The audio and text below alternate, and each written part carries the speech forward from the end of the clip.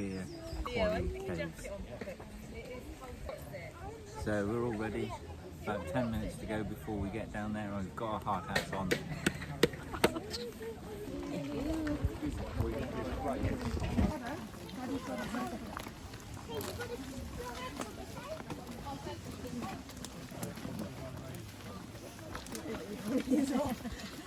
What are they?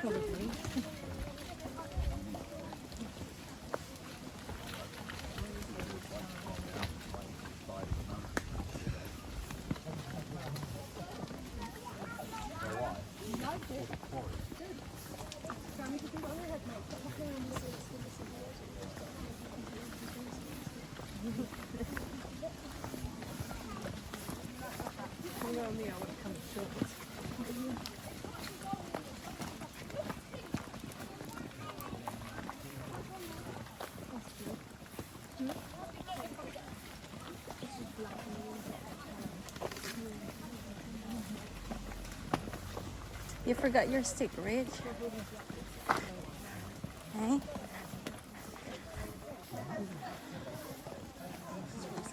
Wow. Please don't get lost today. Don't worry, there's another area. I've got it all under control. I didn't even know you went there. Yeah, I didn't know 4 people yesterday. It's quite good. Let's see if I can use that number. It's cool in here, isn't it? This is,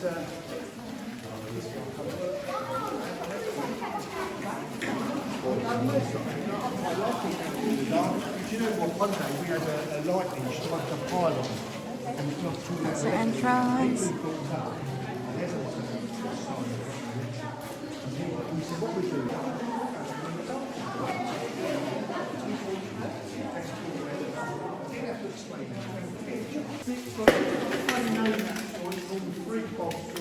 Like tenant saws, all saws have got names. This one's actually called the 3/4 saw.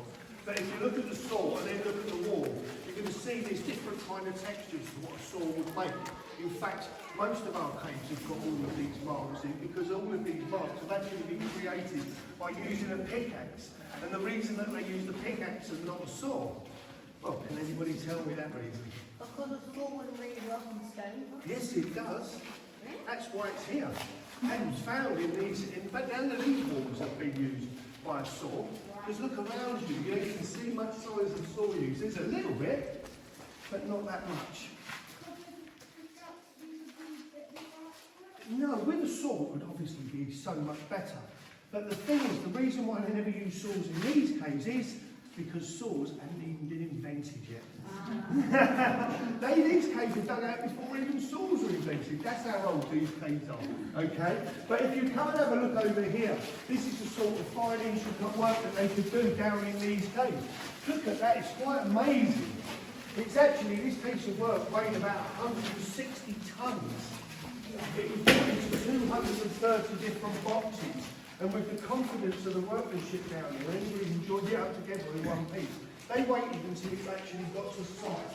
And this is confidence for me, because the site is actually St. Louis, Missouri, in the United States. If it didn't fit together, what would you do with it? That's quite incredible, isn't it? Well, when they did unpackage all 230 boxes and join them together for the first time, it actually was a stunning place. And this is how it joined together, immensely perfectly. It was quite amazing. This went all the way to America between the years 1909 and 1911. And that's a 2-year voyage at sea, that is. Well, nobody ever read about what the men did and didn't do down in these caves. It was all really to do with the grandeur of cathedrals today. So, yeah, nobody really knew. But at the back of our cave is actually somebody who's written their name in 1909. And we believe it might have something to do with this. We really haven't got a clue. Now, I said our stone's really easy to carve and manipulate. If you feel the wall without hurting your hands or any nails or anything, if you feel the walls, you're going to think, what's he talking about easy to carve and manipulate? It's really, really hard, and that's because it's been exposed to the outside world. And our stone would harden upon impact to the outside world by about 5 times as much, which is nearly as much as Portland stone. It's an incredibly hard stone. But it's only got about 1/4 of an inch crust. On the inside of that little bit of a crust of really hard stone, you can scoop it out with your fingers.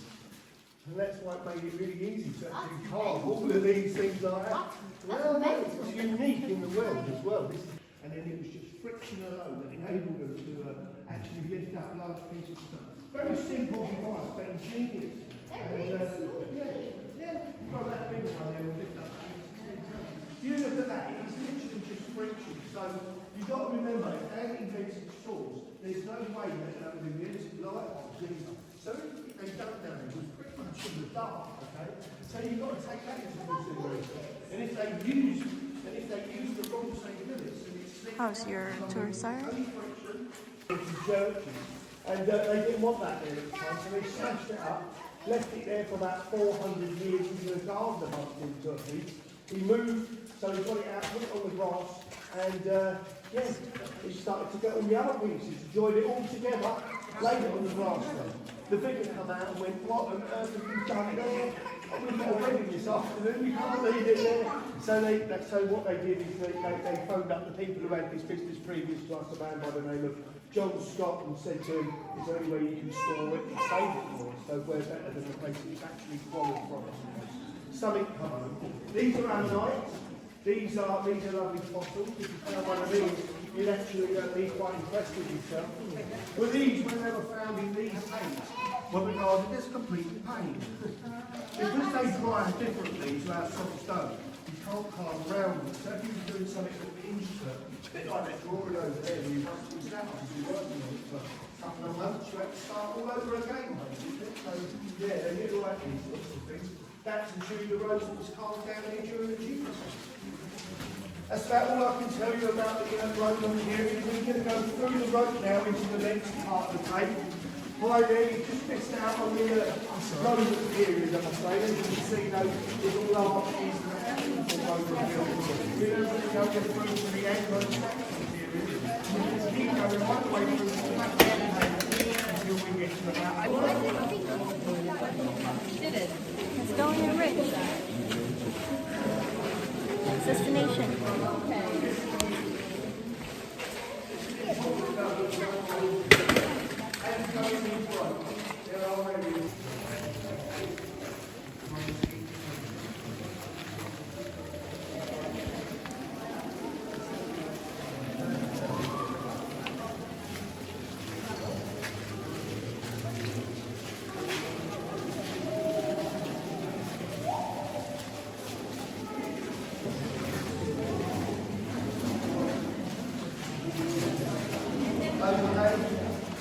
This nice wall here up into the different textures. If you have a look at the wall, you can see all the different textures here. I won't be trying my light on that side, really, if you could stand this side. Okay, look at this, there's a line there, that's the top of the Guinness stone that I'm talking about, and that line there is called the header. Anything above the header to the ceiling is called the breach. That was no good for building, they had lots of impurities in it, and they used to chuck it on the floor. The reason they did that was over time it raised the level of the land up water. Now, remember I said to you there was a ceiling of about 13 foot. There's only about 8 foot there, which means we stood at about 5 foot of this build-up on this breach area. Then a man would jump into this breach area once it was all out of the way, which was the hard work to do. And then he would use his pickaxe and start chipping down at the side and then along the back. Change his tool over once he gets past this line here for an axe. He chops it down there with quite incredible accuracy to minimise any sort of waste. And then what he would do is you see this line here, this is called the sedimentary line. What they would do is bang their metal wedges that I pointed to on the museum there, and they would put 5 or 6 of them in a line, one at a time, until they heard a large crack. When they heard that crack, they knew that stone was released from its base, and they could take it out of its base. And then what they would have to do is drill a hole in the top, allow it to dry, put their lures in, using them to hang it over the part, and they would then come down the corner, hit that hammer, hit that stone with a hammer to try and listen for its purity. If he heard the bell-like sound, that's a good piece of stone, and he'd get his wages. However, if he heard a dull thud, it meant that there was a crack or there was an impurity on one of the ammonite or something like that, and it meant that that stone was worthless and he wouldn't get a penny for it.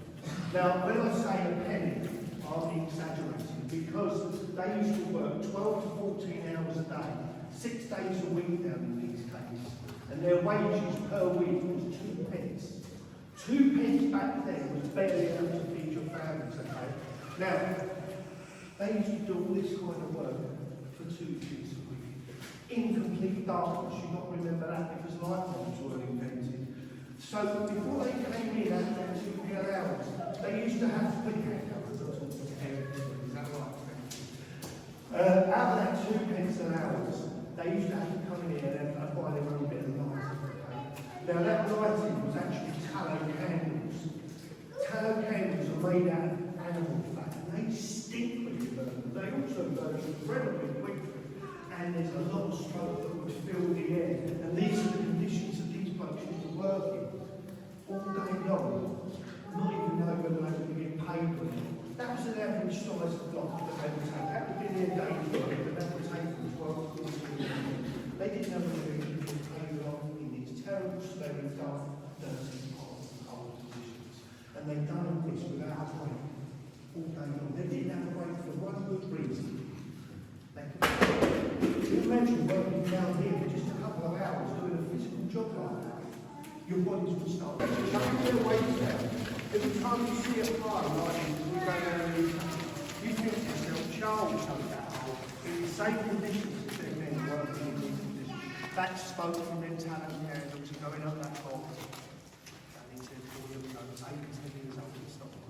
It was illegal to do, but they still done it. Who was going to punish it? It's not even a soldier who would come down into these caves. Yet they punish it.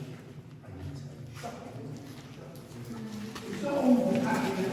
They scooped it out, created these little pockets, and what they do is they put their tallow candles in these pockets, and it would give them enough light to see in this whole area. They never had to pay for their candles. They were held at quite a high authority, this is how they used to work. And what they would do though is if they wanted to have a light anywhere in these caves, they would use this method here. See these red blobs here everywhere? There's a few right the way through there as well. There you go, got another one there. What they would do is if they wanted to put light anywhere in these caves, at the back of our caves there's a wall which is red, and when you scrape it off, mix it with some beer stone dust and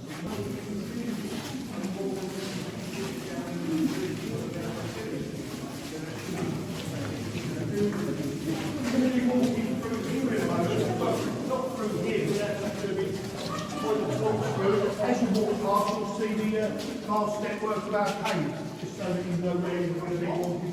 We're not going to go through there because there's a load of mud on the other side. Mud that should not be in these caves. It's unnatural to these caves. In fact, that mud was pulled down here during the First and Second World Wars to grow some produce down in these caves. What on earth can you grow in a cold, dark cave? Mushrooms and...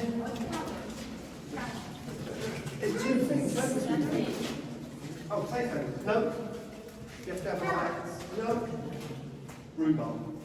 Mushrooms and rhubarb is the only 2 things apparently you can grow quite successfully in the dark.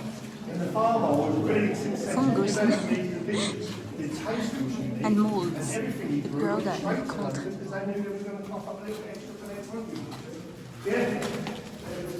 As you come through here, they could have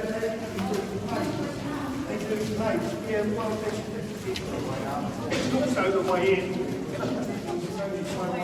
The way out. It's got mark here, the way out. It's got this mark. Shakespeare play. And I actually spoke to 5 women who went on one of these plays. And they said, as they were walking around this cave network, it was called a live play, where the class only work down here during the summer months, and we're doing tours then. So it's a little bit hard to do things down in these caves. What we want to do though is commemorate John Scott, and that's what we're going to do with this room here. We're going to put some electric in there, get the floor bits neater and tidier, and get John Scott's family to come and write a tribute about him on these walls, so that his name is associated. So we're all ready.